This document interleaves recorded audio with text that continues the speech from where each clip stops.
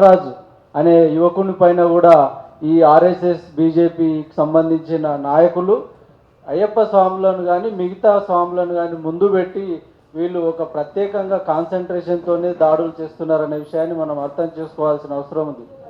ఇప్పుడు మనం teacher Mallikarjuna sir అయినా సరే, ఇటు బాలరాజు కానీ, ఇప్పుడు ఇక్కడ మన ముందున్న సార్ కానీ, వీళ్ళందరూ కూడా దళితులకు సంబంధించిన వాళ్ళే. వీళ్ళనే ప్రత్యేకంగా వీళ్ళు ఫలానా వాళ్ళని తెలుసుకొని దాడి చేస్తున్నారు తప్ప ఇక్కడ పై కులం వాళ్ళు ఉంటే వాళ్ళు వదిలిపెడుతున్నారు.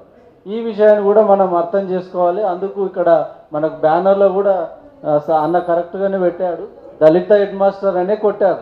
వేరే వాళ్ళైతే వాళ్ళు కొట్టాల్సిన అవసరం లేదు. ఇక్కడ క్యాస్ట్ ఎంత ముఖ్యమో ప్రభుత్వ విద్యా వ్యవస్థను ధ్వంసం చేయాలనేది కూడా వాళ్ళ లక్ష్యంగా కనిపిస్తుంది.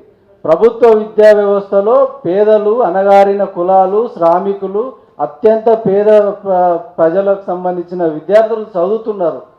ఈ చదవడము, ఇక్కడ ఉన్నటువంటి ఇట్లాంటి నిజాయితీ కలిగిన టీచర్లు ఈ రోజుకి చదువు చెప్తున్నారు, సైన్స్ను వాళ్ళకు అందిస్తున్నారు, జ్ఞానాన్ని బోధిస్తున్నారు, చరిత్రను, మహనీయుల యొక్క చరిత్రను అందిస్తున్నారు. కనుకనే ఆ చరిత్ర ఈ విద్యార్థులకు అందుతే రేపు భవిష్యత్తు మాకు ప్రమాదకరమని, మా మత విశ్వాసాలు వీళ్ళతో పని చేయలేవని చెప్పి టార్గెట్గా ఇట్లాంటి సార్ వాళ్ళను దాడులు చేస్తున్నారనే విషయాన్ని కూడా మనం అర్థం చేసుకోవాల్సిన అవసరం ఉంది. అంతేకాదు మిత్రులారా, ఇప్పుడు దాడి జరిగింది.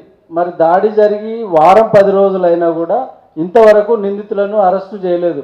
మేము ఆ రోజు ఫ్యాక్ట్ ఫైండింగ్ టీమ్గా వెళ్ళిన రోజే ఒక స్టేట్మెంట్ రిలీజ్ చేసాం.